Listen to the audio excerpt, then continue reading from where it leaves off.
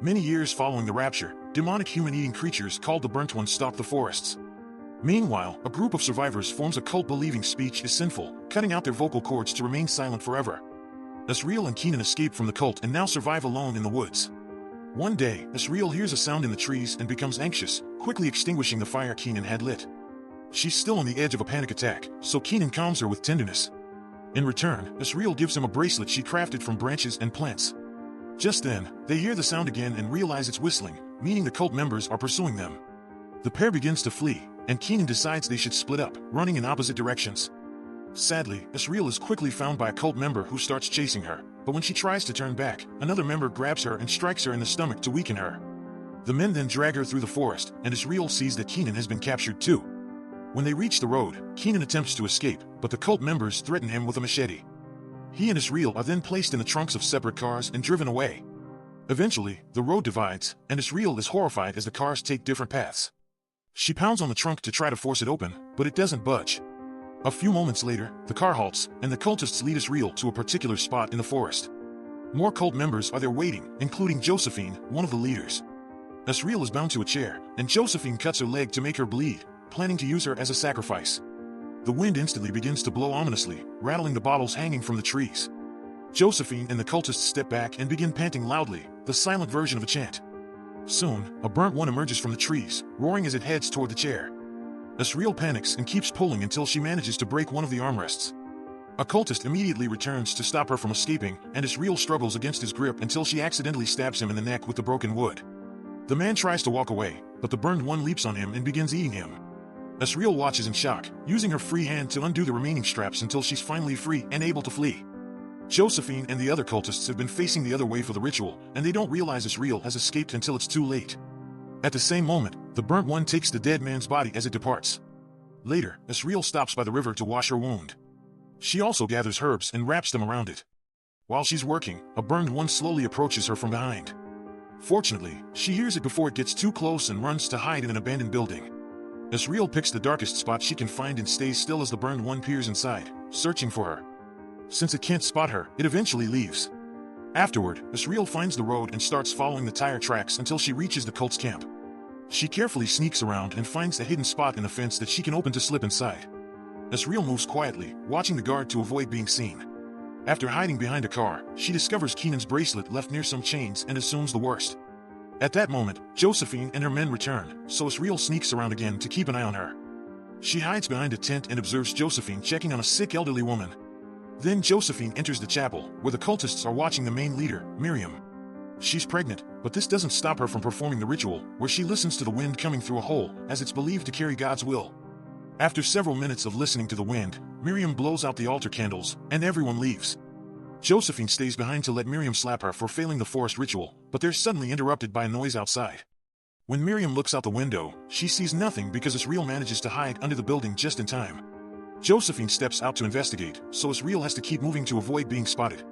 For a moment, she thinks she's in the clear, but suddenly Josephine appears beside her and grabs her legs to stop her escape. Josephine begins choking Asriel, but Asriel shoves her off and kicks her in the face. A desperate Asriel runs around the camp, trying to remain unseen. Josephine rings a bell to alert everyone about the intruder, and soon the cultists are hitting bottles and pans to spread the message. Asriel is spotted by a few cultists who begin chasing her, so she rushes to the fence, injuring her hands on the barbed wire as she quickly uncovers the hole and crosses the fence. Her foot gets stuck, and a man grabs it, trying to pull her back, but Asriel keeps fighting and manages to kick him away. Another cultist opens fire, but the bullet hits a tree, allowing Asriel to escape. She runs through the forest as fast as she can until night falls, and she's too exhausted to continue. With her wounds still open, she's leaving bloodstains on the rocks and trees, and soon a burnt one starts following the scent. Asriel sees it licking her blood from a rock and immediately starts running again as the creature begins chasing her. To make things worse, a second burned one appears and joins the chase as well.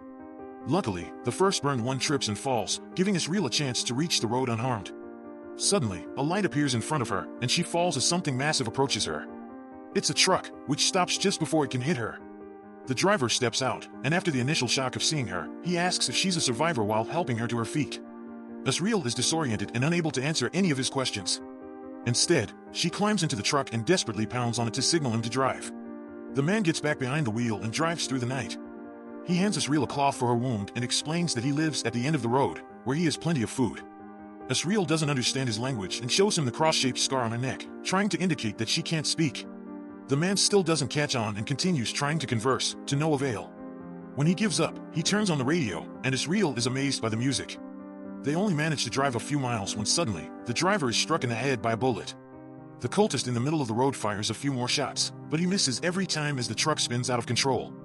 Asriel tries to take control of the wheel, but the body is in the way, causing the truck to run over the man before crashing into a wall. After a few minutes of unconsciousness, Asriel wakes up in a dazed state, her head bleeding heavily.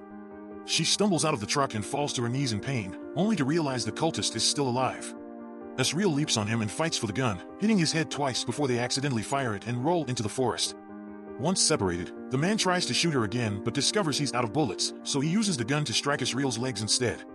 At that moment, she spots the fallen magazine and hits the cultist on the head with it a couple of times before kicking him away. Asriel crawls toward the gun and loads it, but the man grabs her from behind and tries to choke her. In the struggle, she manages to aim the gun and fire, killing the man at last. Afterward, Asriel wanders through the forest, holding the gun. By a tree, she's shocked to spot a fire, and as she approaches cautiously, she discovers Keenan nailed to the tree. Just as she's about to reach him, she accidentally steps on a trap, and a rope tightens around her leg, leaving her hanging upside down from a branch. Then, a cultist appears and grabs the gun, using it to strike Keenan. At that moment, the wind begins to blow strongly, distracting the cultist. Asriel tries to climb the rope, but she only ends up injuring her hands further. When she looks down again, the cultist has vanished. Suddenly, the man is slammed against a tree by a burnt one, which begins devouring its meal. As a second burnt one appears to assist its fellow beast in killing the cultist, a desperate Asriel attempts to climb the rope again, ignoring the unbearable pain in her hands. She reaches the top of the tree just in time to see a third burnt one join the other two as they feast on the man. Once the creatures finish with the cultist, one of them takes the body, but the second one jumps onto Keenan to kill him as well. Keenan's body is dragged away after several bites, while the third beast starts climbing up the tree. Asriel must pause to remove the rope from her leg, giving the burned one time to catch up to her, pushing her against the branch with tremendous force. When it's about to bite her, Asriel wraps the rope around its neck and pushes it off the tree, falling in the process. She survives the fall, but the beast hangs dead. Later, Asriel returns to the cultist camp with the gun. Hiding behind a tree, she whistles to mimic the cultists. Soon, Josephine leads a small group of followers into the forest to investigate, leaving the way clear for Asriel to sneak into the camp through the same hole in the fence as before. She carefully enters the chapel and finds Miriam, who exposes her pregnant belly to appear vulnerable. When Asriel hesitates to shoot, Miriam quickly disarms her and strikes her on the head with a pan. As Asriel falls, she scratches Miriam's belly. Afterward, Josephine and her group drag Asriel to a grave in the forest. They smear her blood on her face while listening to the wind blow before tossing her into the casket, which they promptly close and cover with dirt. Asriel begins to panic, hitting the wood, but no one comes to her aid. Once the burial is complete, a lantern suddenly turns on at Asriel's feet, revealing a tunnel connected to the casket. Taking the lantern with her, Asriel starts crawling through the tunnel, only to discover a burned one at the end. She quickly turns around and moves as fast as she can to return to the casket while the creature follows her and soon crawls on top of her. However, instead of eating her, it sniffs her hand and recognizes the scent of Miriam's blood, causing it to roar in approval and leave. Feeling safe, Asriel attempts the tunnel again and manages to escape this time. Moments later, Josephine rushes out of the chapel upon hearing a noise and is horrified to find the tent with the old lady ablaze. A cultist raises the alarm while the others work together to try to extinguish the fire. However, it's too late. The old lady is dead, and the flames are already spreading throughout the camp. This gives Asriel the perfect opportunity to sneak around and shoot the cult members one by one. Josephine watches in horror and tries to move away, only for Asriel to shoot her in the stomach, ensuring a slow death. As everyone panics and attempts to flee, the fire reaches a gas canister, causing a small explosion. A man is devastated to find his girlfriend shot and picks up a gun to retaliate, exchanging shots with Asriel as they both move stealthily. While the fire gradually destroys the camp, the man wanders around in confusion, hearing whistling from multiple directions. Thinking Asriel is toying with him, he shoots the first shadow he sees, only to realize he's killed a fellow member. The shock leaves him frozen, and Asriel seizes the opportunity for a surprise attack, decapitating him with a machete. Then, Asriel re-enters the chapel, and Miriam jumps on her from behind, disarming her with her own weapon. Miriam begins chasing Asriel around the room, pushing the benches aside to finally catch her. She shoves Asriel against the table and attempts to decapitate her, but Asriel kicks her away. When Miriam attacks again, Asriel easily dodges and pushes Miriam against the wall to bite her neck. As Miriam struggles with the pain, her water finally breaks. Suddenly, someone shoots the chapel's cross. It's Josephine, who moves slowly due to her injury.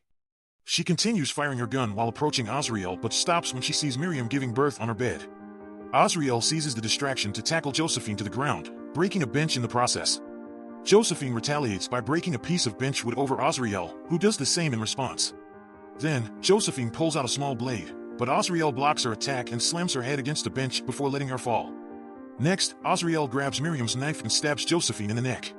At the same time, the baby's cry is heard. Josephine removes the knife from her neck and collapses dead. Miriam leaves the bed, terrified, and uses Azrael's machete to take her own life. Suddenly, a powerful wind sweeps into the chapel, extinguishing all the candles. A horde of burned ones crosses the forest and camp before entering the chapel, where Azrael has picked up the baby. It turns out the child resembles a goat, akin to the Antichrist. The burnt ones roar to welcome their new leader, and Azrael smiles as she realizes the power she holds in her arms. The movie ends here. The story emphasizes resilience and empowerment, showing that true strength emerges from vulnerability and adversity. It conveys that confronting fears can lead to transformation and leadership, even in chaotic circumstances. That's the end of the video. If you enjoyed watching it, please consider dropping a like, leaving a comment, and subscribing to the channel, as it keeps us motivated to bring you more videos like this. Also, don't forget to click the bell icon to be notified about our next video. Thanks for watching.